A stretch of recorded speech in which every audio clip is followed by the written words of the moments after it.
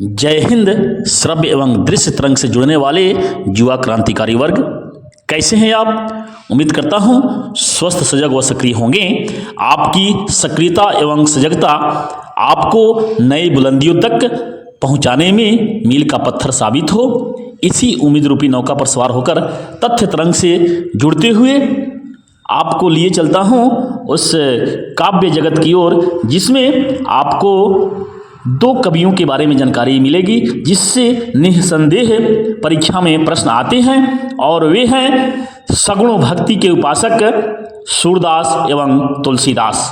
तो सर्वप्रथम हम सूरदास की रचना के बारे में हम जानेंगे और उससे जुड़ेंगे, उस ज्ञान से जो कि प्रथम पद और द्वितीय पद में समाहित है। तो सर्वप्रथम बहुत ही महत्वपूर्ण टॉपिक कवि परिचय से जुड़ते हैं। सूरदास जी का जन्म यूं कहें कि 1478 ईस्वी में सारस्वत ब्राह्मण परिवार में हुआ था। यह स्थान करीब दिल्ली से 8 किलोमीटर दूर सिही नामक ग्राम में है। 6 वर्ष की उम्र में ही वे घर छोड़कर निकल पड़े थे। एक दिन वहीं उनकी भेंट महाप्रभु वल्लभाचार्य जी से हुई। उन्होंने सूरदास को पुष्टि मार्ग की दीक्षा दी। धीरे धीरे सूरदास की ख्याति बढ़ती चली गई और ये कृष्ण के अनन्य भक्त महाकवि सूरदास जी को महत्वपूर्ण स्थान विट्ठल भाई पटेल जी के यहाँ मिल गया।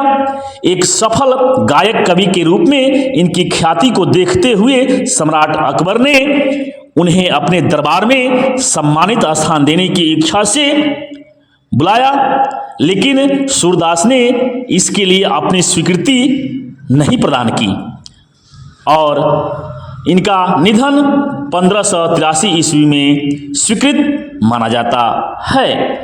इस प्रकार कृष्ण के अनन्य भक्त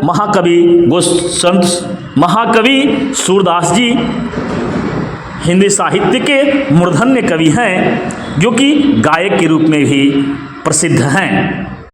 अगर प्रमुख तथ्यों से संदर्भ में बात की जाए तो दीक्षा गुरु के संदर्भ में तथ्य आता है कि महाप्रभु वल्लभाचार्य जी इनके दीक्षा गुरु थे, जो कि शुद्धाद्वैतवाद एवं पुष्टि मार्ग की भक्ति साधना के प्रवर्तक दार्शनिक थे।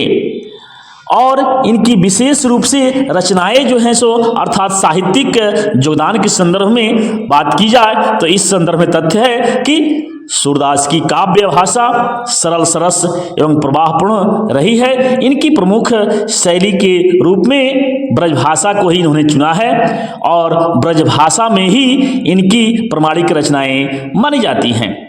इन्होंने कुछ अलंकारों का भी प्रयोग किया है, लेकिन इनकी जो भाषा शैली है वह ब्रजभाषा ही रही है। इनकी प्रमुख रचनाएं हैं सुरसागर, सुरसरावली, साहित्य लहरी।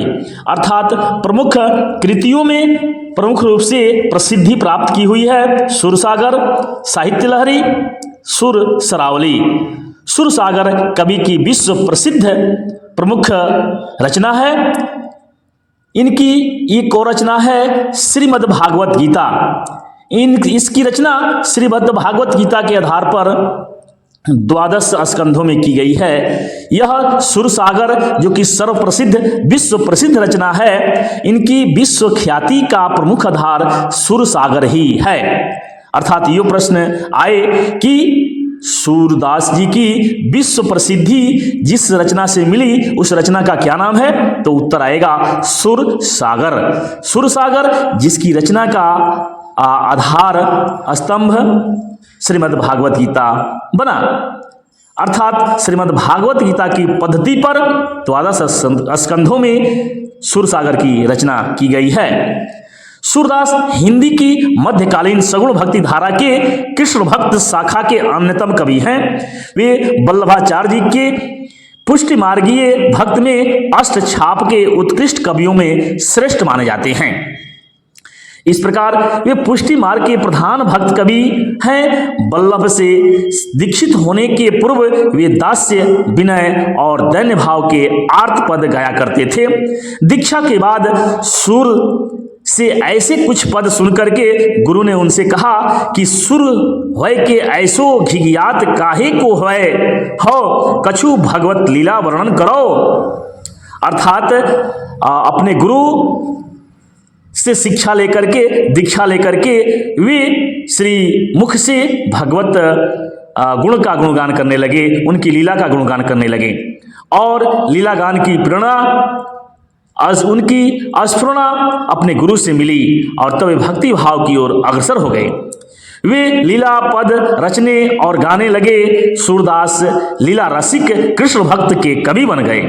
इस प्रकार वे लीलाधर कृष्ण के परम भक्त हो गए।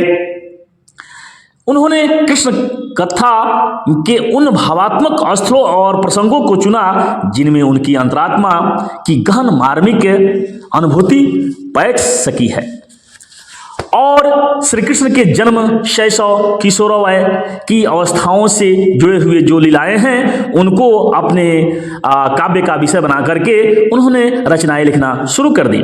सुर के प्रमुख 3 प्रधान विषय हैं: विनय भक्ति, वात्सल्य भक्ति और प्रेम श्रृंगार। इन 3 मधुर भावों वृत्तों में इनका काव्य सीमित रह गया है।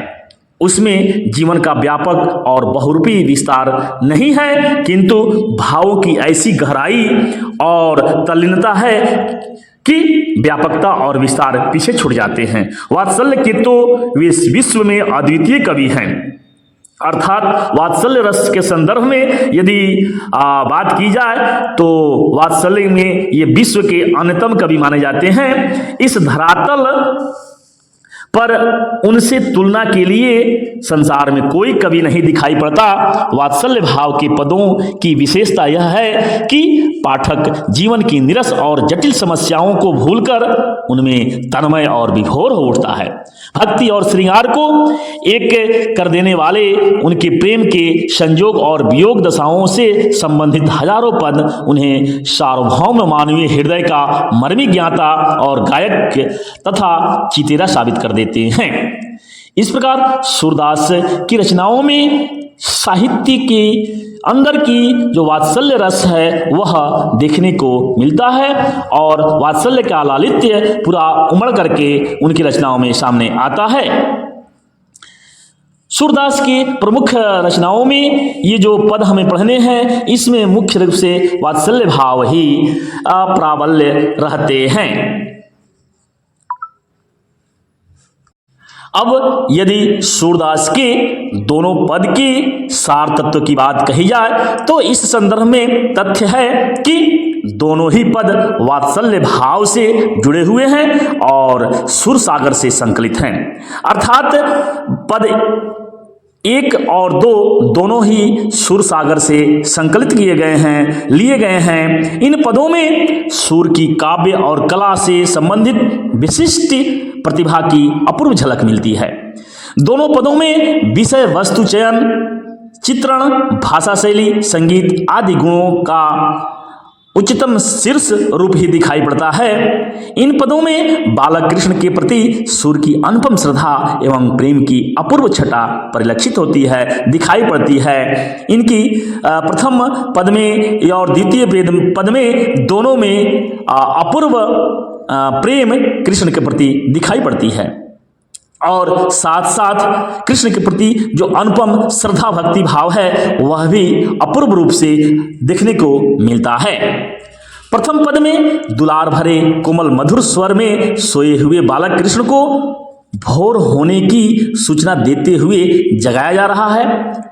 कवि कहते हैं, कवि के माध्यम से यह कहने को मिलता है कि हे ब्रजराज, भोर हो रही है, जागिए, कमल के फूल खिल उठे हैं, कुमुद के पुष्पों ने अपनी पंखुड़ियों को समेट लिया है, भौरे लताएं में छिप गए हैं, मुर्गों और पंछियों का कोलाहल सुनाई दे रहा है, वन के राजा पेड़ पौधे आवाज दे रहे हैं, बाड़ों में बाड़ों में गायें बोल रही हैं और बछड़ों को दूध पिलाने के लिए दौड़ रही हैं। चंद्रमा का प्रकाश क्षीण हो चुका है तथा सूरज का प्रकाश फैल गया है। नर और नारी भजन कीर्तन कर रहे हैं, हे कृष्ण, हे श्याम, अब जगिए, सवेरा हो गया है। अर्थात इस पद में कवि ने कृष्ण भगवान को जगाने की बात कही है और यह भी बात इन्होंने बताई है कि हे ब्रजराज, भोर तो हो रही है, जगिए, जल्दी से जगिए। प्रकृति में प्रकृति के जगने के सारे लक्षण दिखाई पड़ने लगे हैं और कवि कृष्ण को प्रातः काल के समय में नींद से जगाने के लिए रोचक वर्णन कर रहे हैं, प्रकृति के रोचक वर्णन कर रहे हैं। कह रहे हैं कि प्रातः काल का रमणीक और एवं स्वाभाविक एवं सजीव वर्णन इन पंक्तियों के द्वारा करते हैं कि भोर हो रही है, कमल के फूल खिल उठे हैं, कुमुद के पुष्पों ने अपनी पंखुड़ियों को समेट लिया है, भौरे लताओं में छिप गए हैं आदि का वर्णन करते हुए कृष्ण भगवान को जगाने के क्रम में भक्ति धारा के महान कवि के द्वारा अत्यंत ही रोचक तथा मनोवैज्ञानिक ढंग से तथ्यों को प्रस्तुत किया गया है। प्रकृति का स्वाभाविक तथा युक्तिमय चित्रण कवि के द्वारा बहुत ही सराहनीय है और इस कविता में कुछ पर्याप्त अलंकारों का भी समावेश है और कुछ विशिष्ट शब्दों का भी है जो कि बहुत ही सुंदर है, सहज ढंग से किया गया है और इनकी भाषा ब्रज भाषा है। ब्रज भाषा को इन्होंने बहुत ही लोकप्रिय बनाने का कार्य किया है। यदि दूसरे पद की बात करें तो इस पद में पिता नंद की गोद में बैठकर कृष्ण को भोजन करते दिखाया जा रहा है। श्याम नंद की गोद में बैठे हैं और खा रहे हैं, अर्थात परिस्थितियां ऐसी हैं कि दूसरे पद की भावभूमि है कि एक तरफ कृष्ण है और दूसरी तरफ उनके पिताजी हैं नंद बाबा की गोद में बैठ करके कृष्ण को भोजन करते हुए दिखाया जा रहा है और इस समय की स्थिति का वर्णन कवि सूरदास जी कर रहे हैं। कहते हैं कि जसोदा माँ श्याम की छवि निहार रही हैं, जसोदा माँ श्याम की छवि निहार रही हैं, बेसन का बड़ा तथा विभिन्न प्रकार के अगणित व्यंजन खा रहे हैं, अपने हाथ में लेकर कुछ खाते हैं और कुछ गिराते जाते हैं। इसके साथ ही चुकिया में दही को प्रेम से खाते हैं, दही और मक्खन में मिश्री डालकर जब खाते हैं तो उसकी अवर्णनीय शोभा होती है। वे स्वयं भी खाते हैं और नंद बाबा के मुख में भी डाल देते हैं। यह छवि वर्णन से अलग है, अलग हटके है, अर्थात कवि उस भावभूमि को, उस दृश्य को देख करके वर्णन करने में कहते हैं मैं अक्षम हो जाता हूँ। इतनी मनोहर, इतनी सुंदरता वहाँ देखने को मिलती है कि उसका वर्णन करने में वो अक्षम हो जब महसूस करते हैं। इस कहते हैं कि उस दृश्य का वर्णन करने में हम वर्णन ही नहीं कर सकते हैं, वह वर्णन से परे है, वर्णनातीत है। श्याम को गोद में लेकर नंद और जसोदा को जो आनंद मिल रहा है वह तीनों लोकों में दुर्लभ है, अर्थात नंद जी और जसोदा जी को जो कृष्ण भगवान का स्नेह मिल रहा है, जो बाल्यकाल का स्नेह मिल रहा है, जो क्रीड़ा मिल रही है, वह अन्य कहीं भी दुर्लभ है, कहीं भी वह प्राप्त नहीं हो सकता है। जिस तरह के सुख की प्राप्ति नंद बाबा और जसोदा को मिल रही है। नंद जी भोजन कर हाथ धोते हैं, यह देखकर सूरदास कृष्ण के प्रेम में इतना विह्वल हो जाते हैं कि वे बालक कृष्ण से उनका जूठन मांग रहे हैं। वे विह्वल हो जाते हैं कृष्ण को देख करके। जब नंद जी अपना हाथ धोने जाते हैं तो सूरदास जी कल्पना करते हैं कि काश वो कृष्ण भगवान के जूठन उन्हें मिल जाता। वे मांग रहे हैं। सूरदास जी बालक कृष्ण की भक्ति प्राप्त करने के प्रति प्रेम में विह्वल दिख पड़ते हैं। इस प्रकार कवि यह दिखाते हैं कि बालक कृष्ण नंद बाबा की गोद में बैठ करके खा रहे होते हैं और उसमें जो भाव तत्व है वह प्रेम का भाव तत्व है। वहाँ की शोभा माता जसोदा और नंद जी के गोद में उनके सानिध्य में रह करके कृष्ण जो क्रीड़ा कर रहे हैं, खाने का, व्यंजनों से खिलवाड़ करने का, उसे देख करके सूरदास जी भाव विह्वल हो जाते हैं। दोनों में रखी हुई अर्थात दोनों हाथों में रखी हुई दही में विशेष रुचि लेते हैं और स्वादिष्ट का अनुभव करने लगते हैं। मिश्री मिलाया हुआ दही तथा माखन को अपने मुख में जब कृष्ण भगवान डाल लेते हैं, उनकी यह बाल सुलभ लीला देख करके सूरदास जी धन्य हो जाते हैं।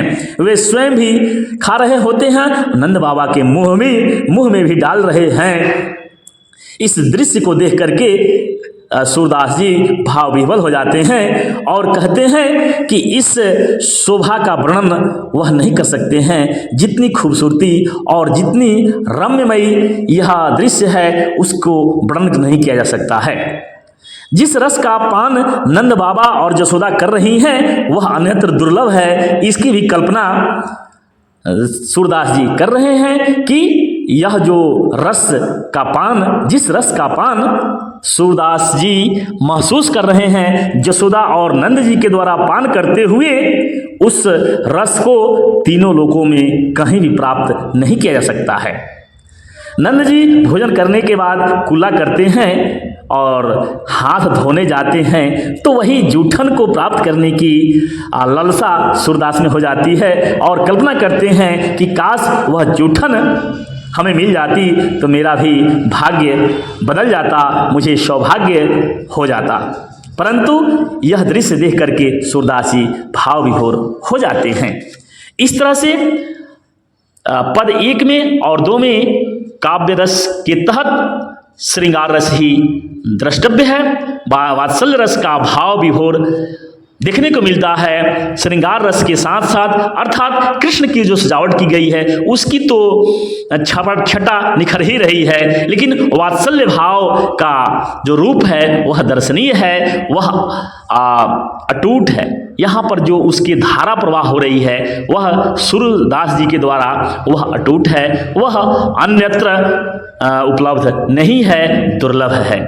इस प्रकार हम सूरदास जी के दोनों पद के भाव तत्व से जुड़े और कुछ विशेष प्रश्नों से हम जुड़ते हैं कि सूरदास जी की लीला रसिक कृष्ण भक्ति कवि की हैं, कैसे आप कह सकते हैं।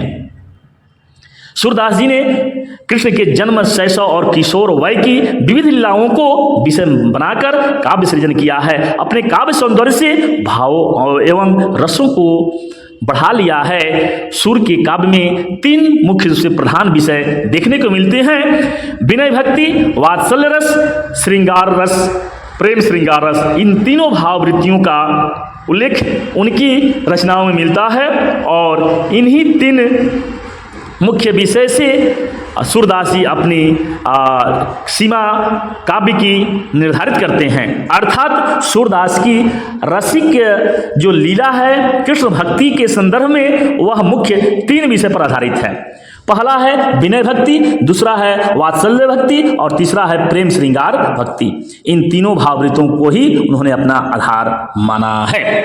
सूरदास की भक्ति भावना पर प्रकाश डालें, बहुत ही महत्वपूर्ण प्रश्न है। इस पर जुड़े तथ्य हैं कि सूरदास ने अपने प्रभु कृष्ण का बाल वर्णन ही मुख्य आधार बनाया है और उन्होंने भक्ति मार्ग को चयन किया है। किस भक्ति को? तो कृष्ण के बाल्यावस्था के वर्णन को, कृष्ण की बाल लीला का, क्रीड़ा का वर्णन करने का। बालक का रूप, सौंदर्य और क्रीड़ाएं सबको प्रभावित करती हैं, इसलिए सूरदास जी को यह अति भा गई। इसी कारण कृष्ण भगवान ने बाल सौंदर्य का वर्णन बड़े ही मनयोग पूर्वक किया है। वात्सल्य एवं श्रृंगार परक अनेक कविताओं का सृजन करके कृष्ण चरित्र को उद्घाटित उन्होंने किया है। श्रृंगार के 2 संयोग और वियोग, श्रृंगार के जो 2 पक्ष हैं संयोग और वियोग, दोनों का ही उन्होंने मार्मिक चित्रण प्रस्तुत किया है। वे कृष्ण को आराध्य के रूप में पूजते हैं, उनका आराध्य देव कृष्ण ही है और कृष्ण के ही रूप में अपने आप को वे पाते हैं। चारों तरफ उनके कृष्ण ही दिखाई पड़ते हैं। ईश्वर को बालक के रूप में चित्रित कर मोक्ष की आकांक्षा या भक्ति करना वात्सल्य भक्ति ही कहलाता है। अर्थात वात्सल्य भक्ति किसे कहते हैं? यदि ईश्वर को, इष्ट देव को बालक के रूप में चित्रित कर मोक्ष की आकांक्षा या भक्ति किया जाए तो उस भाववृत्त को वात्सल्य भक्ति कहते हैं। सूरदास के पदों में मध्यकालीन गीति कला के शिखर पर पहुंच जाती है। अर्थात सूरदास के पदों में मध्यकालीन गीति कला अपने शिखर पर पहुंच जाती है। यह उनकी रचनाओं से पता चलता है। सूरदास की भाषा पर प्रकाश डालें। बहुत ही महत्वपूर्ण प्रश्न है कि सूरदास की भाषा कैसी रही है। तो इस संदर्भ में तथ्य है कि महाकवि सूरदास की जो भाषा रही है ब्रज भाषा ही रही है। ब्रज भाषा अपनी कोमलता, लालित्य और माधुर्य कला के लिए बहुत ही लोकप्रिय है और लोकप्रिय होकर के अनेक सदियों तक हिंदी क्षेत्र की प्रमुख काव्य भाषा बनी रही है। कृष्ण और उनकी लीलाओं की जातीय स्मृति संजोए रहने वाली यह ब्रज भाषा ही है जिसके अंदर इतनी विशेषताएं हैं कि वह कृष्ण के द्वारा बाल लीला को अपने अंदर समाहित किए हुई है। उसने अपनी गीत संगीतमय प्रकृति और अभिरुचियों के द्वारा ब्रज क्षेत्र से बाहर तक व्यापकता अर्जित कर ली। अर्थात सूरदास के अंदर जो अपनी भाषा के प्रति पकड़ थी, उसमें गेयता थी, उसके कारण इन्होंने बाहर के क्षेत्र को भी अधिक प्रभावित किया और अपनी गीत संगीतमय की प्रकृति को एवं अभिरुचियों को बाहर के क्षेत्र तक फैला दिया। सूरदास जी इसी ब्रज भाषा के महान कवि हैं। अगला प्रश्न है कि सूरदास के दोनों पदों में वात्सल्य भाव की प्रचुरता है। इन पंक्तियों के भाव को स्पष्ट करें। अर्थात जब हम प्रश्न करते हैं कि सूरदास की दोनों जो पद हैं उसमें वात्सल्य भाव प्रचुर मात्रा में उपलब्ध है, इसे स्पष्ट करें। तो इसमें हम देखते हैं स्पष्ट तथ्य है कि सूरदास की जो प्रमुख रचना है वह है सुरसागर और सुरसागर से ही सूरदास जी के दोनों पद संकलित हैं, लिए गए हैं। इन पदों में सुर की काव्य और कला से संबंधित विशिष्ट प्रतिभा की अपूर्व झलक मिलती है। दोनों पदों में विषय, वस्तु चयन, चित्रण और भाषा शैली, संगीतमय आदि गुणों का प्रकर्ष रूप दिखाई पड़ता है। दोनों ही पदों में वात्सल्य भाव की अद्वितीय छटा निखर करके सामने आती है। दोनों ही पद में प्रेम और भक्ति की मर्म स्पर्शी अंतर्धारा बह रही होती है। यह हमें देखने को मिलता है कि सूरदास जी के जो दोनों पद हैं उसमें प्रेम और भक्ति की धारा अविरल बहती जा रही है। इस तरह दोनों पद में वात्सल्य का भाव संकलित है। अब महत्वपूर्ण प्रश्न है कि जेवत श्याम नंद की कानिया, कछुक खात कछु धारी न गिरावत, छवि निरखति नंद रनिया। इस व्याख्या अंश की व्याख्या करें। अर्थात यह व्याख्यात्मक तथ्य है कि जेवत श्याम नंद की कनिया, कछुक खात कछु धरन गिरावत, छवि निरखत नंद रनिया। इसकी व्याख्या का जहाँ तक प्रश्न है तो इस संदर्भ में तथ्य हम व्याख्यात्मक लिख सकते हैं कि प्रस्तुत व्याख्येय पंक्तियाँ हमारी पाठ्य पुस्तक दिगंत भाग 2 के सूरदास के पद से ली गई हैं और यह जो दो पद हैं यह सूरदास की सुरसागर से संकलित की गई है। इन पंक्तियों में कृष्ण के बाल रूप का चित्रण अत्यंत ही आकर्षक रूप में किया गया है और उसी प्रसंग से जुड़ी हुई ये पंक्तियां हैं जिनमें भाव व्यक्त किया गया है श्रृंगार वात्सल्य रस का। इन पंक्तियों के माध्यम से कवि भक्त सगुण भक्त के उपासक महाकवि सूरदास जी बालक श्याम नंद की गोद में बैठे हुए हैं उस दृश्य का प्रण करते हैं और वहाँ पर नंद और माता यशोदा भी हैं, उनकी दृश्य का वर्णन करते हुए कहते हैं कि जब कृष्ण बालक के रूप में नंद की गोद में बैठ करके भोजन कर रहे हैं और उस समय वे कुछ खाते हैं और कुछ भूमि पर गिराते हैं, इस छवि को नंद रानी यशोदा देख करके बहुत ही खुश हो जाती हैं, बहुत ही प्रसन्नचित्त हो जाती हैं। यहाँ कवि माता का पुत्र प्रेम दिखलाते हैं, अर्थात जो सूरदास जी हैं यहाँ पर वात्सल्य रस में पुत्र प्रेम का वर्णन करते हुए नहीं थकते हैं। कहते हैं कि पुत्र कुछ भी गलती करे माता को बुरा नहीं लगता, बल्कि वे हर्षित हो जाती हैं, खुश हो जाती हैं, प्रसन्नचित्त हो जाती हैं। बालक कृष्ण की क्रियाएं उन्हें आनंद विभोर कर देती हैं। इस तरह से इस अंश में, इस पद्यांश में कवि वात्सल्य भाव का बहुत ही सूक्ष्म चित्रण प्रस्फुटित हुआ है। बालक कृष्ण के बाल रूप का सटीक चित्रण सूरदास जी ने यहाँ पर किया है। इस तरह यह व्याख्या 3 अनुच्छेदों में पूर्ण हो जाती है। अगर दूसरे व्याख्यात्मक तथ्य की बात करें तो दूसरी इसमें व्याख्या है कि भोजन करी नंद अचमन लिन्हो मांगत सूर जुठनिया। भोजन करी नंद अचमन लिन्हो मांगत सूर जुठनिया, अर्थात सूरदास जी कहते हैं कि भोजन करी नंद अचमन लिन्हो मांगत सूर जुठनिया।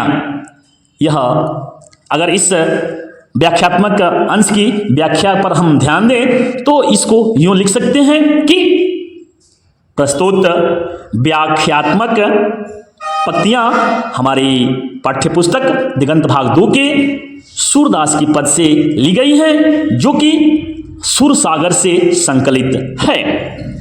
इन पंक्तियों के माध्यम से कवि सूरदास जी यह बतलाना चाहते हैं कि जब नंद बाबा भोजनोपरांत कूला करते हैं तब सूरदास जी अर्थात स्वयं कवि जूठन मांगने जाते हैं, मांगने की क्रिया करते हैं। उस जूठन को प्राप्त करना वे अपना सौभाग्य समझते हैं। इसी प्रसंग विशेष को नंद बाबा की आचमन क्रिया से जुड़ा हुआ मान करके प्रस्तुत किया गया है और इसमें सूरदास की मांग प्रस्फुटित हुई है और उन्होंने यही विनम्र निवेदन किया है।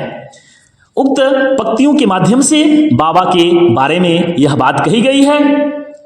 विशेष करके सूरदास जी ने यह बात कही है कि जब कृष्ण के साथ भोजन कर नंद बाबा आचमन करते हैं, हाथ धोने जाते हैं, तो उस दृश्य को देख करके स्वयं कवि अर्थात सूरदास जी बहुत खुश हो जाते हैं, बहुत ही प्रसन्न हो जाते हैं और कृष्ण की, क्योंकि वे जब आचमन करने जाते हैं तो उस समय कृष्ण बालक रूप में अकेले हैं, तो यह अपेक्षा करते हैं कि कृष्ण की जूठन यदि मिल जाए तो उनका सौभाग्य हो जाए, यानी कृष्ण के जूठन को पाना भी अपना सौभाग्य समझते हैं। इस प्रकार उक्त अर्थात प्रस्तुत पंक्ति में महाकवि सूरदास जी ने बाल कृष्ण की भोजन करते समय अनेक मनोरंजक लीलाओं का वर्णन करते हुए उस समय की शोभा का वर्णन अत्यंत ही युक्तियुक्त और रोचक ढंग से किया है।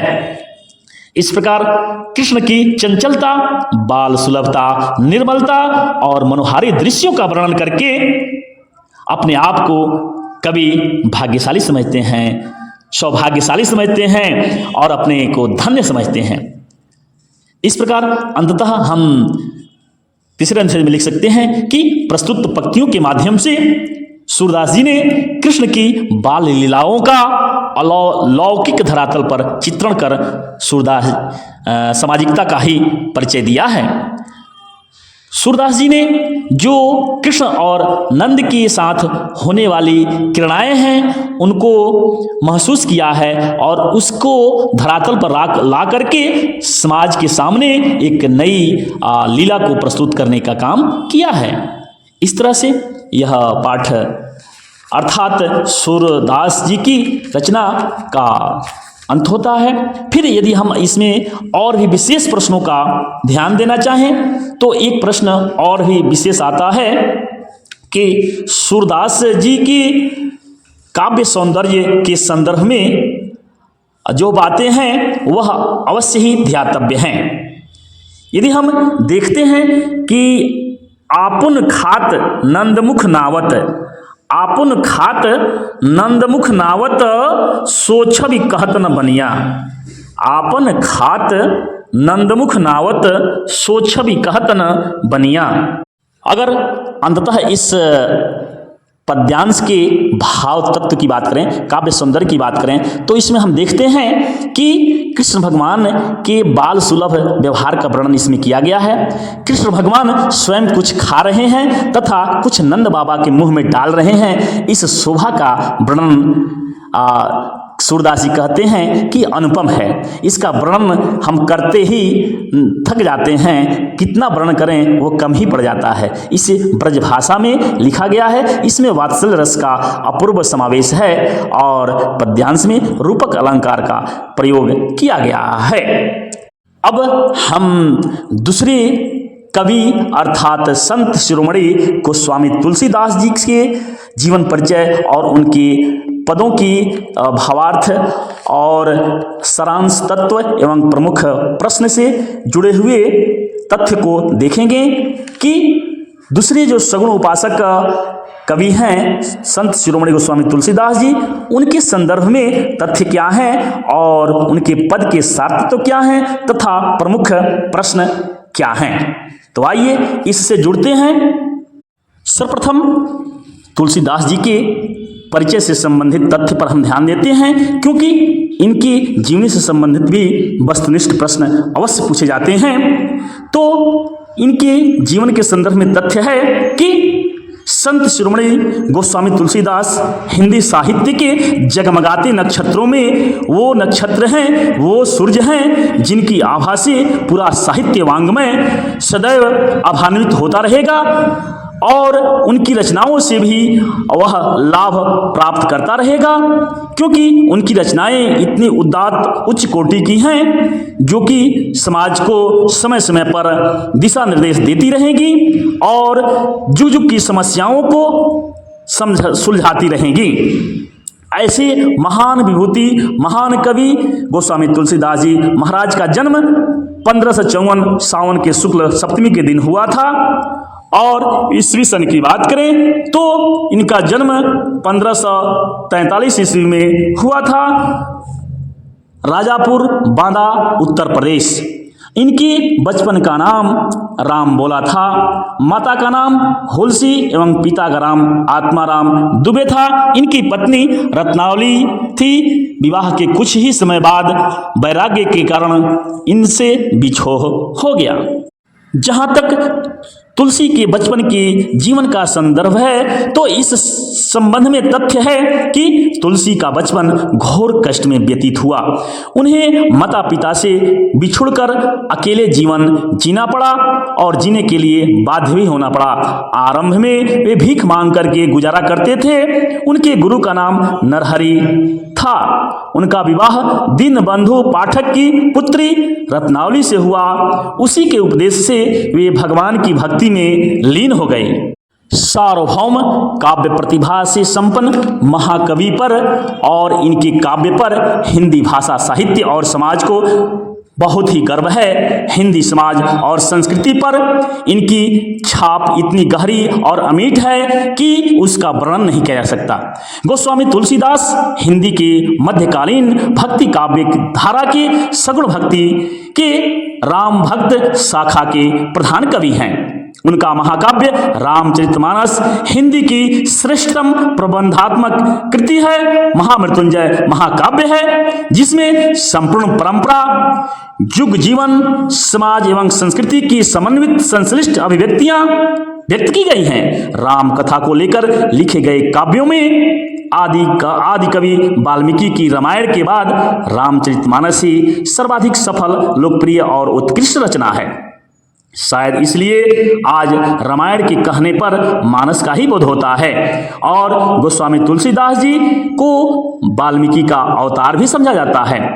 गोस्वामी जी का जीवन अत्यंत ही प्रारंभिक अवस्था में यातनापूर्ण और संघर्षपूर्ण रहा। बचपन में ही अनाथ होकर भिक्षाटन करते हुए साधुओं की मंडली से जा लगे और उनके साथ देशाटन भी करते रहे।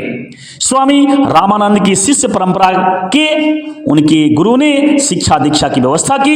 युवावस्था में ही उनका विवाह भी हुआ था। वे कथा वाचन की वृत्ति से अपनी गृहस्थी चलाते थे। शीघ्र ही गृहस्थ जीवन का परित्याग कर वे विरक्त साधु जीवन में चले गए। इस जीवन में व्यापक परिभ्रमण करते हुए उन्होंने लोक जीवन से संपृक्त और तदात्म्य स्थापित किया। उनके काव्यों में लोक जीवन के व्यापक बहुविध अंतरंग ज्ञान और अनुभव की अभिव्यक्ति परिलक्षित होती है। उनके व्यापक पर्यवेक्षण एवं अनुभव का ही प्रतिफल था कि उन्होंने अद्भुत सामंजस्य अपने रामचरितमानस में दिखाया। गोस्वामी तुलसीदास जी की संवेदना बहुत ही गहन और अपरिमित थी, अर्थात उनकी संवेदना शक्ति बहुत ही सशक्त थी। उनकी अंतर्दृष्टि सूक्ष्म और व्यापक थी। वे विवेक में बहुत ही प्रखर और क्रांतिकारी विवेक के थे। उनके अंदर की जो भावना थी वह बहुत ही संवेदित थी। उनका विचार बहुत ही व्यापक था और सूक्ष्म था। इतिहास एवं संस्कृति का व्यापक परिप्रेक्ष्य बोध और लोक प्रज्ञा भी उनके अंदर समाहित थी। युगांतकारी बौद्धिक नैतिक रचनाओं द्वारा कवि ने अपने आदर्श को ऐसा बनाया, आगे ऐसा बढ़ाया कि वह अन्यत्र दुर्लभ है और यदि किसी से तुलना की जाए तो वह अतुलनीय भी है। गोस्वामी जी ने अपने युग की प्रमुख साहित्यिक भाषाओं अवधी एवं ब्रज भाषा को ही अपनी भाषा का आधार बनाया, अर्थात अवधी और ब्रज दोनों को इन्होंने स्वीकार किया। सामान्यतः प्रबंध रचना के लिए अवधी और गीति काव्य के लिए ब्रज भाषा को उन्होंने चुना, किंतु उन्होंने काव्य भाषाओं में अन्य बोलियों के शब्दों, मुहावरों और अन्य भाषा तत्वों के सम्मिश्रण से एक ऐसी व्यापक साहित्य भाषा विकसित की जिसमें संप्रेषण और संवाद की अधिक क्षमता थी और जो आगे की भाषा के लिए एक आधार बन सकी। अर्थात इनके अंदर जो भाषा थी वह सर्वव्यापक थी और सबकी भाषा उसमें समाहित हो सके, सभी उस भाषा को समझ सके, ऐसी भाषा की आधारशिला इन्होंने रखी। जहां तक तुलसीदास जी की काव्य शैलियों का ताल्लुक है, उस संदर्भ में इनके अंदर व्यापक सूझबूझ, उदारता, मनस्विता एवं लोकवाद का परिचय देखने को मिलता है। प्रबंध और गीति शैलियों को अपनाते हुए उन्होंने अपने युग की दो महानतम कृतियां समाज के सामने प्रस्तुत की। पहली जो कृति है, जो उत्कृष्ट है, महामृत्युंजय महाकाव्य है, श्री रामचरितमानस, और दूसरी प्रमुख रचना है समाज के लिए, वह है विनय पत्रिका। परंपरा से आते हुए दोहा, सोरठा, चौपाई, कवित आदि छंदों को रचना का आधार इन्होंने बनाया और अपनी रचनाओं में दोहा, सोरठा, चौपाई, कवित छंद को देख करके उसे अनन्य रूप प्रदान किया, अलौकिक छवि प्रदान किया और पाठकगण उसे पढ़ करके आनंद विभोर हो जाते हैं। लोक संस्कृति के चित्रण के प्रति विशेष रुझान के कारण सोहर, नहछु, विवाह आदि सभी तरह के रीति रिवाजों और आचार व्यवहारों का भी उन्होंने चित्रण किया तथा उन अवसरों पर गाए जाने वाले गीति शैलियों को भी काव्य में समाहित किया।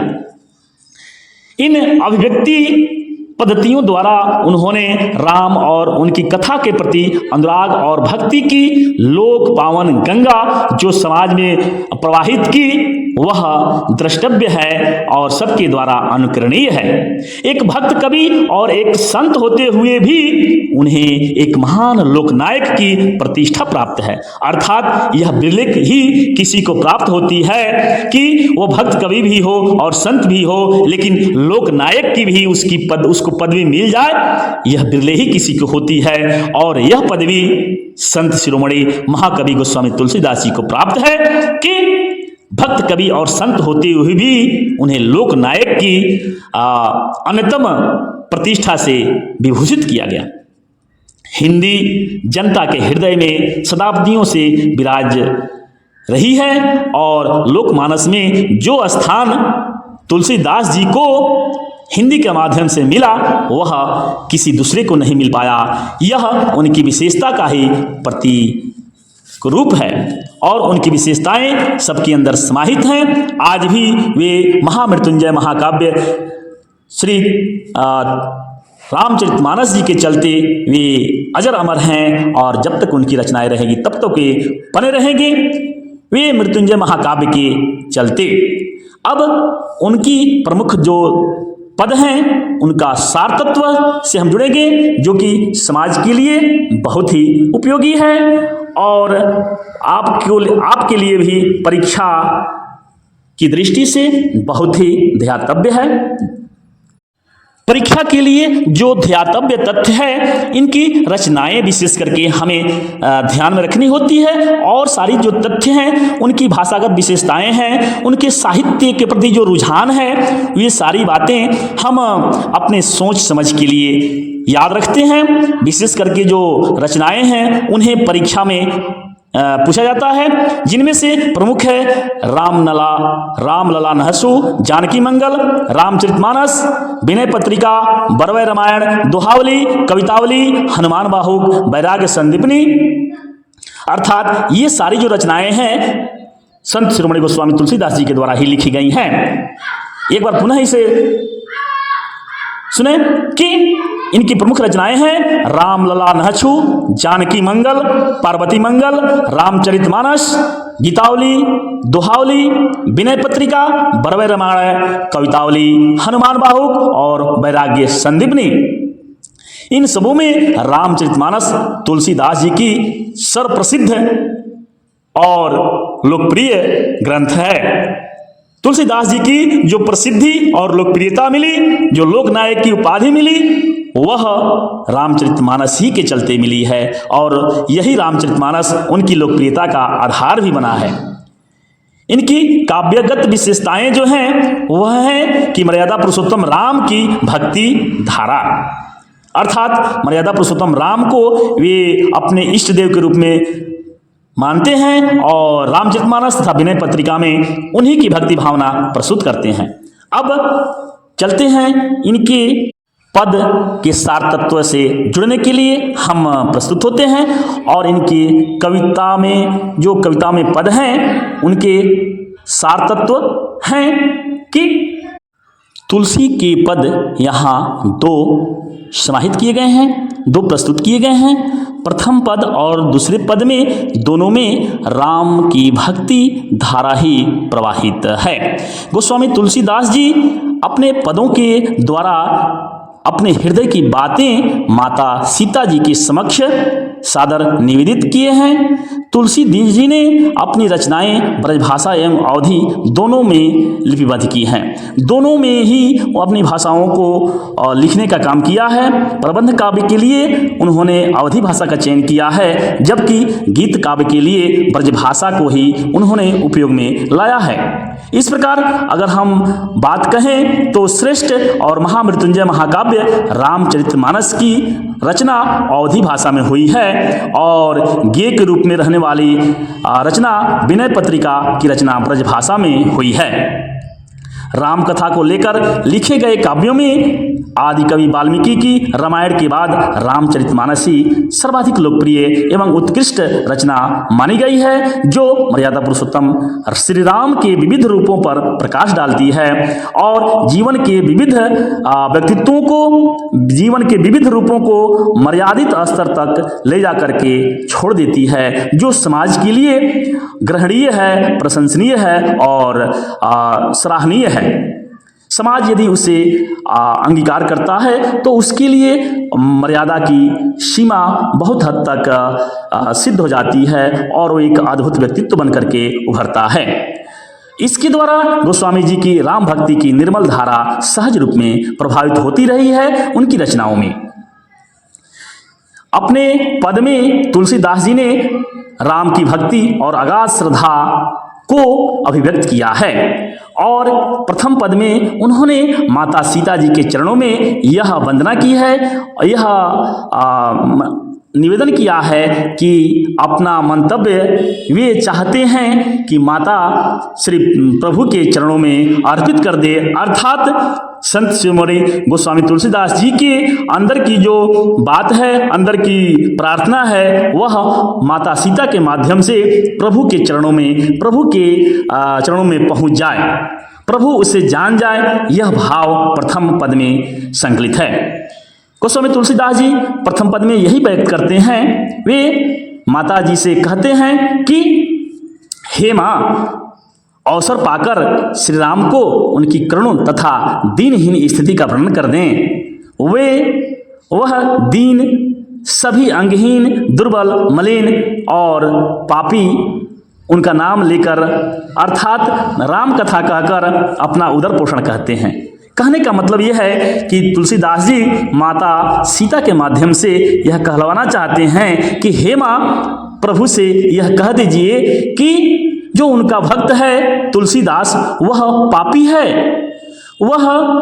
है, मलिन है, निर्बल है, वह सबल नहीं है, दुर्बल है। वह क्या करता है कि अपने प्रभु का नाम लेकर के पैसा कमा करके और अपना जीविका चलाता है और इस तरह से वह अपना भरण पोषण करता है। उनके नाम तथा दशा का वर्णन सुनकर प्रभु सब कुछ समझ जाएंगे।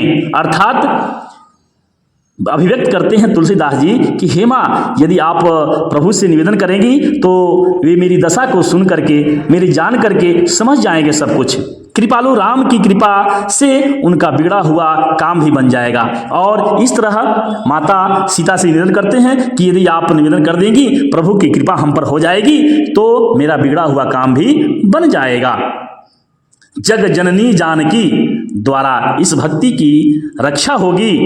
तुलसीदास जी कहते हैं कि प्रभु का गुणगान करने पर उनको मोक्ष की प्राप्ति हो जाएगी। अर्थात संत शिरोमणि गोस्वामी तुलसीदास जी की भावना है कि प्रभु का गुणगान करते हैं तो मोक्ष की प्राप्ति हो जाएगी। परंतु यह बात अपने आप को अक्षम बताते हैं। यह प्रभु का गुणगान करके और जीविका चलाना, यह एक तरह से तुलसीदास जी स्वयं में अच्छा नहीं समझते हैं। अपने आप को पापी कह करके बोध कराते हैं। माता सीता जी के द्वारा प्रभु को बोध कराने का प्रयास करते हैं। दूसरे पद में संत शिरोमणि गोस्वामी तुलसीदास जी महाराज अपनी दीनता का वर्णन करते हुए कहते हैं कि उस समय के भीषण दुर्भिक्ष अकाल का भी यथार्थ चित्रण उस समय का हुआ है। उनके अपने लोगों ने साथ छोड़ दिया। अर्थात जिस परिस्थिति में वे पले बढ़े और अपने समय व्यतीत कर रहे थे, उस समय इनका साथ अपने लोगों ने छोड़ दिया। अंत में वे दर दर की ठोकर खाते हुए साधु संतों की शरण में जाकर के अपना जीवन यापन किए और उन्हें संत बन करके रहना पड़ा। तब उन्हें विश्वास हो गया कि राम की शरण में जाने पर ही सभी दुखों का अंत हो जाएगा। इस तरह से दोनों पद में श्री राम की भक्ति धारा ही प्रवाहित होती है या हो रही है। जहाँ तक भाव तत्व का प्रश्न है तो इससे संबंधित जो तथ्य होंगे वह परीक्षोपयोगी होंगे, क्योंकि परीक्षा में पद के अंश दे दिए जाते हैं और उसका भाव तत्व समझाने के लिए कह दिया जाता है। यदि हम भाव तत्व समझ जाएंगे तो किसी भी प्रश्न का उत्तर आसानी से लिख सकते हैं। इस संदर्भ में यदि प्रथम पद से संबंधित है कि कबहुक अब अवसर पाई मोरिय सुधि छाइबो कछु करुण कथा चलाई। डैश तरय तुलसी भव तव नाथ गुणगान गाई। अर्थात इस पंक्ति में, यह पंक्ति विनय पत्रिका काव्य से ली गई है। जो भी यह प्रथम पद है यह विनय पत्रिका से लिया गया है। इस विनय पत्रिका की रचना करने के पीछे कवि का उद्देश्य यही रहा है कि कविता रूपी पात्र के माध्यम से अपनी दीनता, पीड़ा, व्यथा को प्रभु श्री राम के चरणों में पहुंचा दिया जाए। अर्थात प्रभु के चरणों में अपनी दीनता को पहुंचाएं, इसी भाव से विनय पत्रिका की रचना तुलसीदास जी ने की है। इसमें सभी देवों की स्तुतियां की गई हैं और उन्हीं के माध्यम से प्रभु के प्रति भक्ति भावना भी प्रदर्शित की गई है। प्रस्तुत पद के माध्यम से कवि शिरोमणि संत शिरोमणि तुलसीदास जी ने माँ सीता की वंदना करते हुए कवि की विनती करता है। अर्थात माँ सीता की वंदना करते हुए संत शिरोमणि गोस्वामी तुलसीदास जी कहते हैं कि हे माँ, कभी अवसर पाकर मेरी विनती प्रभु के श्री चरणों में प्रस्तुत कर दीजिए। मेरी करुणा व्यथा की चर्चा करते हुए मेरे प्रति प्रभु कृपा करने के लिए याद दिला दीजिए। अर्थात मेरी करुणा कथा की चर्चा करते हुए मेरे प्रति भी प्रभु की कृपा करने के लिए याद दिलाना, यह विनती करते हैं। उन्हें याद दिलाते हुए कहिएगा। अर्थात तुलसीदास जी माता सीता से विनय करते हैं, निवेदन करते हैं कि हे माँ, विनय करते हुए उन्हें याद दिलाइएगा कि आपकी दासी का एक भक्त आपका नाम जप करके एवं भजन कीर्तन करके अपनी जीविका चला रहा है। मेरी दीनहीन अवस्था की सुधि श्री राम को छोड़कर और कौन लेगा। अर्थात माता सीता के द्वारा ये विनय पहुंचवा रहे हैं। तुलसीदास जी कहते हैं कि हे माँ, ये दशा मेरी कह देना कि आपके नाम का भजन कीर्तन करके एक सेवक है, एक दास है जो अपनी जीविका चला रहा है। तो परिणाम क्या होगा कि श्री राम कृपा के सागर हैं, कृपा निधान हैं। उनकी कृपा मेरे प्रति हो जाएगी। यदि उनकी कृपा मेरे ऊपर हो जाएगी तो मेरी दीनहीन दशा सुधर जाएगी। विनय करते हुए माता जगत जननी से कहते हैं कि हे जगत जननी माता, मेरी आपसे यही विनती है कि अपनी कृपा कर मुझ असहाय की सहायता करें। हे माँ, मुझ पर कृपा कर मुझ जैसे असहाय की सहायता करें। तुलसीदास भवसागर पार कराने वाले प्रभु श्री राम का गुणगान करते हुए दीनता से मुक्ति पाने की प्रार्थना करते हैं इस पद में। अर्थात प्रथम जो पद है, इस पद में संत शिरोमणि गोस्वामी तुलसीदास जी महाराज भव सागर पार कराने वाले प्रभु श्री राम का गुणगान करते हुए दीनता से मुक्ति पाने की प्रार्थना करते हैं। अब जहाँ तक दूसरा पद का ताल्लुक है, दूसरे पद की जहाँ तक बात है, इस संदर्भ में है कि द्वार हों भोर ही को आजू डैश डैश सुधा सुनाजू। द्वार हों भोर ही को आजू, द्वार हों भोर ही को आजू, भगति सुधा सुनाजू। अर्थात इस व्याख्यात्मक पंक्ति में संत शिरोमणि गोस्वामी तुलसीदास जी महाराज अपनी दीनता का वर्णन करते हुए उस समय के भीषण दुर्भिक्ष अकाल का यथार्थ चित्रण प्रस्तुत करते हैं। तुलसीदास जी को उनके सगे संबंधियों ने ऐसे छोड़ दिया था कि फिर कभी उनकी ओर भूल करके भी नहीं देख सके। उनके हृदय में इसका जो संताप था, इसको दूर करने के लिए उनको संतों की शरण में जाना पड़ा और उनका आश्वासन भी मिला। तब उनको विश्वास हो गया कि राम की शरण में जाने से ही सब संकट दूर हो जाते हैं। तुलसीदास ने इसी का उल्लेख इस पद में किया है। अर्थात दूसरे जो पद है उसमें गोस्वामी तुलसीदास जी ने इस तथ्य को समाहित किया है कि यदि अकाल के समय में उनकी जो भयावह स्थिति प्रारंभिक अवस्था में हुई थी, बचपना अवस्था में जो माता पिता छोड़ करके चले गए थे और चुनिया के द्वारा उनका लालन पालन हुआ, पोषण हुआ, चुनिया भी 5 वर्ष की अवस्था में छोड़कर चली गई थी। इस असहाय स्थिति में दर दर की ठोकर खाते हुए बड़ी ही विषम परिस्थिति से गुजर रहे थे। इन विषम परिस्थितियों से गुजरते हुए संतों की शरण उन्हें जाना पड़ा और संतों के द्वारा आश्वासन मिला कि आपकी दुख का निवारण राम की शरण में जाने से ही होगा। और तुलसीदास जी ने उसी शरण का उल्लेख किया है। कहते हैं कि अकालों की कोई ऐसी सूची हमारे सामने प्रस्तुत नहीं है जिससे कि हम उस समय की वस्तु स्थिति को ठीक ठीक समझ सकें। तो भी इतना तो कहा ही जा सकता है कि कराल दारुण दुकाल संवत 1603 ईस्वी में पड़ा था, अर्थात जो अकाल पड़ा था उस समय वह भयावह था, जिसमें मनुष्य को खाने तक लगा था, अर्थात मनुष्य को खाने तक व्याकुल हो चला था। वही तुलसीदास की इस यातना का भी कारण रहा होगा, अर्थात उस समय किसी को कोई खाने के लिए नहीं मिलता था। इस तरह से भयावह स्थिति पैदा हो गई थी और इसी क्रूरता की बदहाल स्थिति को, दिल को दहला देने वाली स्थिति को देख करके संत शिरोमणि गोस्वामी तुलसीदास संतों के शरण में चले गए होंगे। इस संकट को इन पंक्तियों में अनुभव किया जा सकता है। संत कवि तुलसीदास जी ने माँ सीता को भगवान श्री राम के सामने बड़ी चतुराई से उपस्थित करने को कहा है।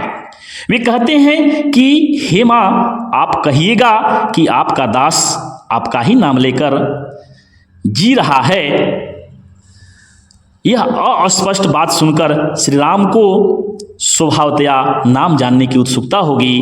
वंदना प्रकरण में तुलसीदास जी ने अपने स्वामी से दैन्यहीन अवस्था का निवेदन किया है।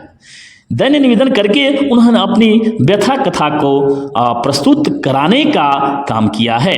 अपने प्रभु के महत्व, औदार्य, शील और शील स्वयं के असामर्थ्य को दिखाते हुए उसके उद्धार की याचना भी की है। उन्होंने बीच बीच में अपने नैतिक उत्थान की अभिलाषा भी व्यक्त की है।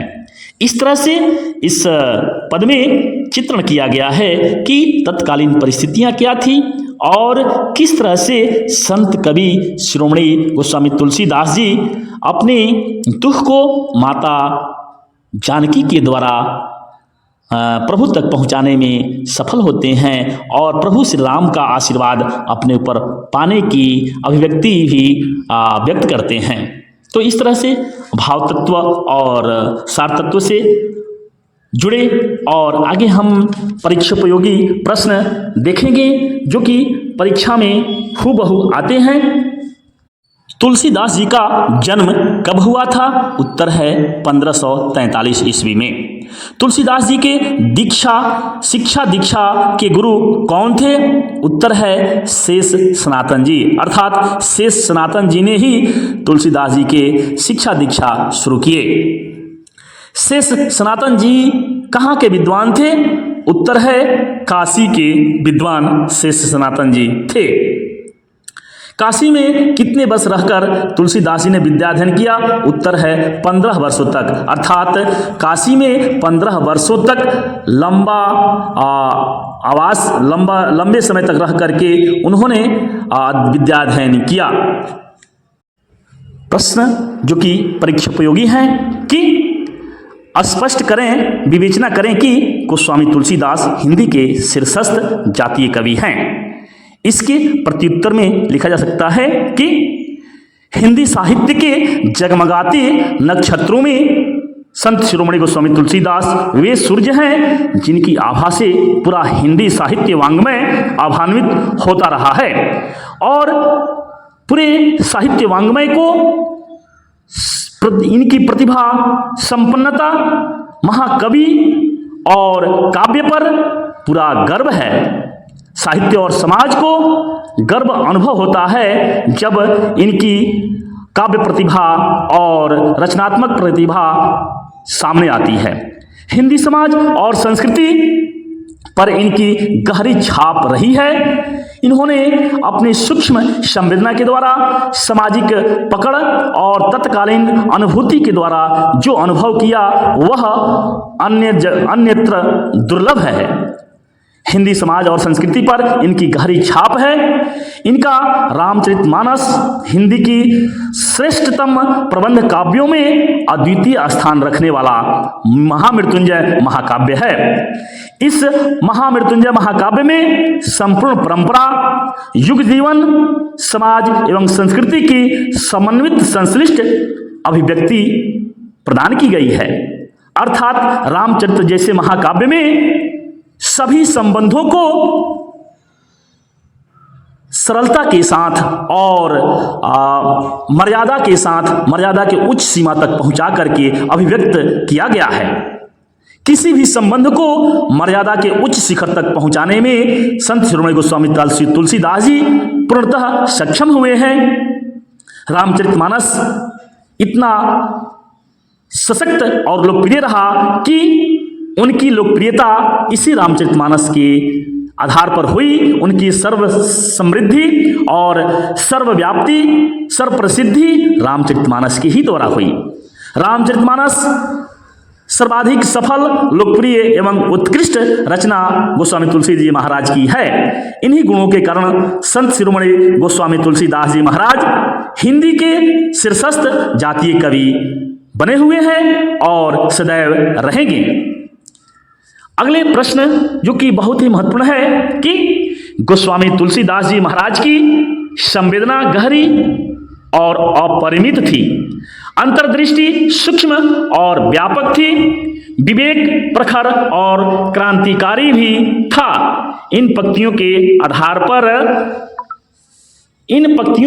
आधार पर उनके व्यक्तित्व पर प्रकाश डालें। अर्थात उनकी जो विविध प्रकार की जो व्यक्तित्व की गुण हैं वे बहुत ही प्रभावकारी रहे हैं। संत शिरोमणि गोस्वामी तुलसीदास जी की संवेदना बहुत ही गहरी रही है और अपरिमित भी रही है। आंतरिक दृष्टि इतनी तीक्ष्ण है और व्यापक थी कि उसके संदर्भ में कोई सोच भी नहीं सकता है। विचार चिंतन प्रवाह में प्रखरता थी, क्रांतिकारिता थी और ओजस्विता भी व्याप्त थी। कवि में इतिहास और संस्कृति का व्यापक रूप देखने को मिलता है। लोगों के प्रति जो भावना है, सद्विचार है, सद्ज्ञान है और एक अनुभव है वह देखने को मिलता है। समाज के संबंधों के साथ एक मर्यादित स्तर को जो अनुभव इन्होंने किया वह अन्यत्र दुर्लभ है, जिसको इन्होंने अपनी जुगांतकारी रचना रामचरितमानस में दिया है। अपनी रचनाओं के द्वारा संत शिरोमणि गोस्वामी तुलसीदास जी ने ऐसा आदर्श उपस्थित कर दिया कि जो और किसी जगह अतुलनीय है, कहीं भी उसकी तुलना नहीं की जा सकती है। और जहाँ तक भाषा की बात है तो साहित्य, भाषा विकास एवं संप्रेषण तथा संवाद की क्षमता की दृष्टि से कोई भी तुलना इनकी नहीं कर सकता है। इस तरह अगर हम यूं कहें कि गोस्वामी जी की संवेदना गहरी और अपरिमित थी, अंतर्दृष्टि सूक्ष्म व्यापक थी, विवेक प्रखर और क्रांतिकारी था, तो यह बिल्कुल ही सार्थक सिद्ध होता है। अगला प्रमुख प्रश्न है कि जानकी जग जननी जन की किए बचन सहाई। जानकी जग जननी जन की किए वचन सहाई, इन पंक्तियों में भाव को स्पष्ट करें। प्रस्तुत पंक्ति में कवि के कहने का तात्पर्य है कि हे जगत जननी माँ, मेरी आपसे यही विनती है कि आप अपनी कृपा मुझ असहाय की सहायता करें। आप अपनी कृपा से मुझ असहाय की सहायता करें, यह कवि की भावना व्यक्त होती है। तुलसीदास जी माँ के नाथ यानी श्री राम के गुणगान करते हुए भवसागर से मुक्ति चाहते हैं। कहने का भाव यह है कि तुलसीदास जी की अपनी दीनता से मुक्ति के लिए प्रार्थना करते हैं। तुलसीदास जी अपनी दीनता के माध्यम से ही मुक्ति की प्रार्थना करते हैं, अर्थात परोक्ष रूप से इस वाक्य के अंतर्गत राष्ट्रीय हित के लिए प्रार्थना की गई है, यानी भारतीय जनजीवन को दीनता दरिद्रता से मुक्ति दिलाने में प्रभु सहयोग करें, यह प्रार्थना प्रभु से की गई है। अगला प्रश्न है कि तरय तुलसीदास भव तौनाथ गुण गण गाई। तरय तुलसीदास भव तौनाथ गुण गान गाई। इन पंक्तियों में तुलसीदास जी ने क्या भाव तत्व दिया है, इसका वर्णन करें। प्रस्तुत प्रश्न का उत्तर है कि गोस्वामी तुलसीदास जी महाराज, जो कि माँ सीता को अपनी व्यथा वेदना प्रभु तक पहुंचाने का एक माध्यम मानते हैं और कहते हैं, हे माँ, गोस्वामी तुलसीदास जी कहते हैं कि हे माता, आपके नाथ यानी भगवान श्री राम का गुणगान करते हुए उनके द्वारा भवसागर से तरने यानी मुक्ति की याचना मैं करता हूँ, सहायता की याचना करता हूँ। इन पंक्तियों में तुलसीदास जी की निजी व्यथा दूर करने की ही प्रार्थना नहीं है, अपितु परोक्ष रूप से अर्थात अप्रत्यक्ष रूप से भारतीय जनजीवन को दास्ता दरिद्रता दीनता भूखमरी से मुक्ति दिलाने की भी प्रार्थना की गई है। अर्थात संत शिरोमणि गोस्वामी तुलसीदास जी महाराज केवल अपनी ही दुख की दूर करने की बात नहीं करते हैं, अपने ही क्लेश को, अपने ही दुख को दूर करने की प्रार्थना प्रभु से नहीं करते हैं, बल्कि अपनी प्रार्थना के माध्यम से वे लोक कल्याण की भी भावना जाहिर करते हैं। वे भारतीय जनजीवन को दास्ता से दरिद्रता से दीनता से और भूखमरी से भी मुक्ति दिलाने की प्रार्थना करते हैं। अगले प्रश्न में पंक्ति है कि दीनता दारिद दलय को कृपा वारिधि बाजू। दीनता दारिद दलय को कृपा वारिधि बाजू। इन पंक्तियों में जो भाव है उसको हम अनुभव करते हैं, उससे जुड़ते हैं कि महाकवि तुलसीदास जी ने इन पंक्तियों में कि दीनता दारिद दलय को कृपा वारिधि बाजू, अर्थात जो पंक्ति है कि दीनता दारिद दलय को कृपा बारिधि बाजू, इस पंक्ति में अपनी गरीबी और दरिद्रता का चित्रण करते हुए कृपा सिंधु श्री राम से मुक्ति के लिए प्रार्थना करते हैं। गोस्वामी जी कहते हैं कि दीनता और दरिद्रता मुझे सता रही है। दीनता दारिद्र दलय को, दीनता और दरिद्रता मुझे सता रही है। आप कृपा के सिंधु हैं, हे कृपा वारिधि, हे कृपा के सागर, हे कृपा सिंधु, दशरथ के पुत्र, आप मेरा दुख हरण करें, आप मेरे दुख को दूर करें। इन पंक्तियों में कवि की निजता में राष्ट्रीयता भी छिपी हुई है, अर्थात अपने साथ साथ राष्ट्रीय भक्ति भावना भी इनके अंदर जग जाहिर होती है। यह केवल कवि की समस्या नहीं है, अपितु उस काल की, उस देश की जनता की भी समस्या भी है। उसे दूर करने के लिए कवि अपने कविता के माध्यम से प्रभु से प्रार्थना करता है और प्रार्थना करते हुए जनता की समस्या को भी दूर करने की याचना करता, प्रार्थना करता है उस कृपा निधान से जो कृपा के सागर हैं। अगली पंक्ति है कि जन्म को भूखो भिखारी हैं गरीब निवाजू। जन्म को भूखो भिखारी हैं गरीब निवाजू।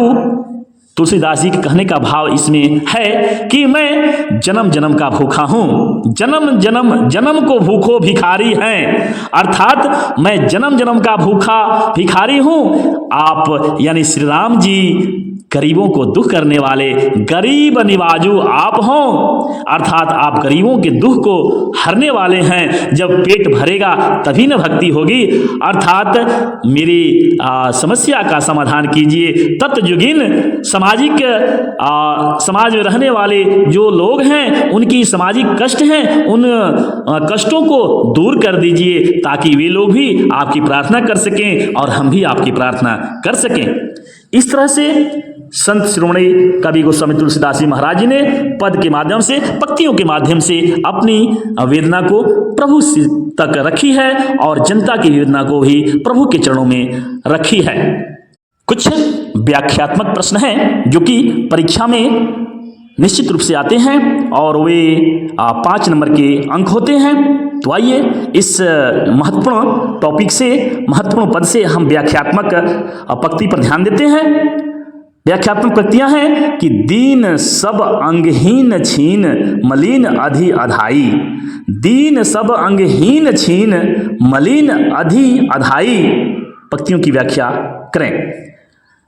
व्याख्यात्मक उत्तर इस प्रकार हम लिख सकते हैं कि प्रस्तुत व्याख्यात्मक काव्यात्मक पंक्तियां हमारे पाठ्य पुस्तक दिगंत भाग 2 के तुलसी के पद से ली गई हैं।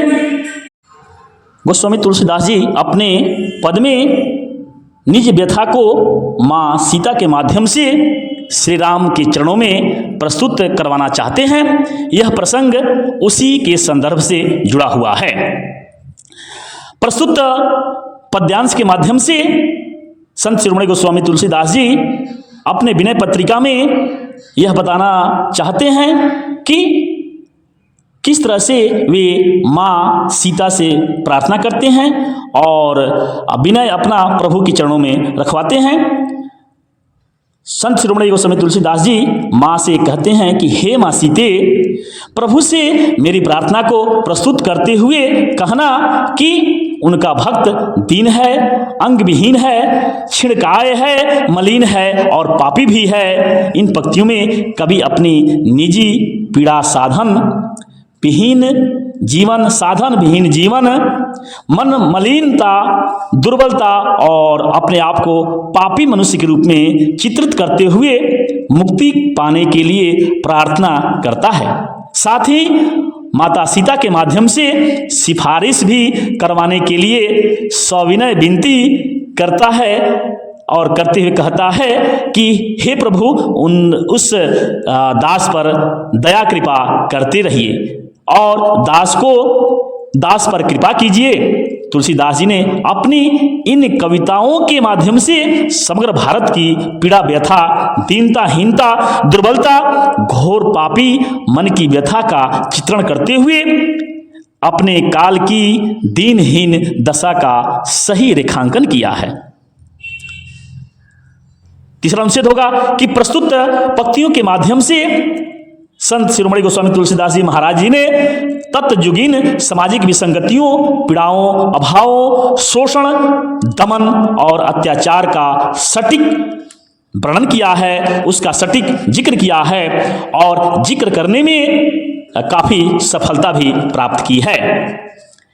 इसी प्रकार एक और व्याख्यात्मक प्रश्न है कि तरय तुलसीदास भव तो नाथ गुणगन गान गाई।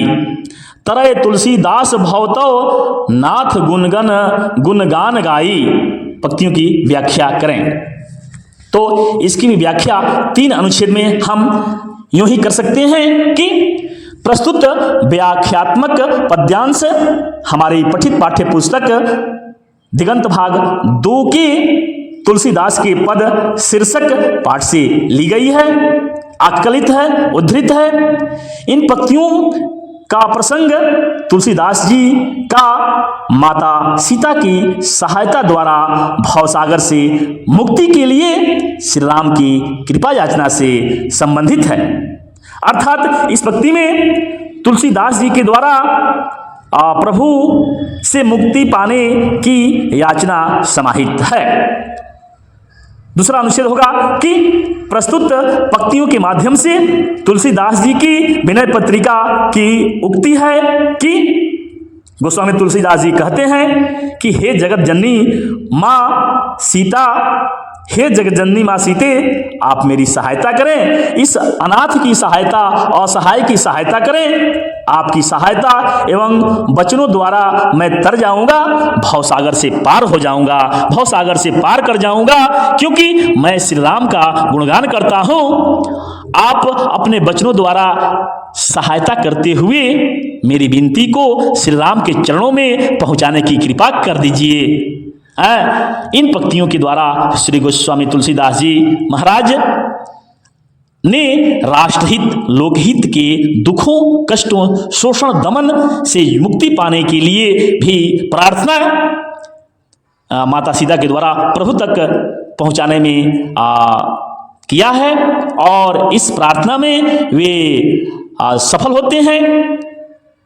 इस तरह से तीसरा अनुच्छेद जो हमारा होगा वह होगा कि प्रस्तुत पंक्तियों के माध्यम से संत शिरोमणि गोस्वामी तुलसीदास जी महाराज निजी पीड़ा तो सम्मिलित किए ही हैं, साथ साथ उन्होंने समग्र भारतीय जनजीवन की व्यथा कथा भी प्रभु के सामने रखने का प्रयास किया है और उससे मुक्ति के लिए श्री राम से प्रार्थना भी किए हैं।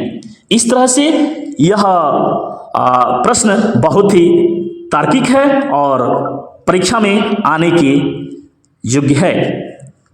आगे बहुत ही महत्वपूर्ण प्रश्न है कि तुलसी के हृदय में किसका डर है?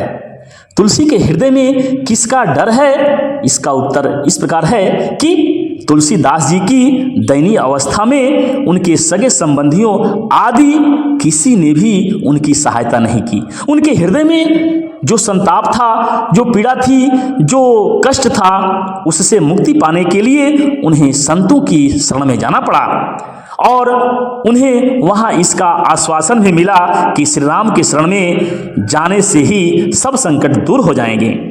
भौतिक अर्थ इसका यह है कि संसार के सुख दुख से भयभीत हुए और आध्यात्मिक अर्थ है कि विषय वासना से मुक्ति का भय। अर्थात इसमें दो अर्थ समाहित हैं।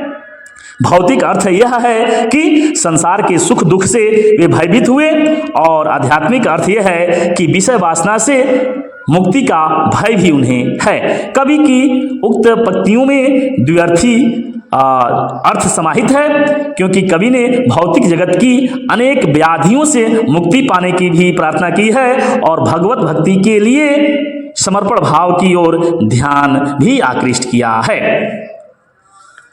एक प्रश्न बहुत ही उदात्त है और ज्वलित है कि तुलसी को किस वस्तु की भूख है? प्रश्न कई बार प्रश्न परीक्षा में आया भी हुआ है कि तुलसी को किस वस्तु की भूख है? इसका उत्तर है कि तुलसीदास जी को गरीबों के त्राता भगवान श्री राम की कृपा की भूख है, उनकी भक्ति की भूख है, उनसे कृपा पाकर स्वयं को भवसागर से तर जाने का भूख है और उनकी भक्ति रूपी अमृत का पान करने का ही भूख है। माता सीता के द्वारा उनकी भक्ति रूपी अमृत पान की कृपा पाने का ही भूख उनके अंदर व्याप्त है। इस प्रकार भक्ति के ही प्राबल्य से परिपूर्ण है संत शिरोमणि गोस्वामी तुलसीदास जी महाराज।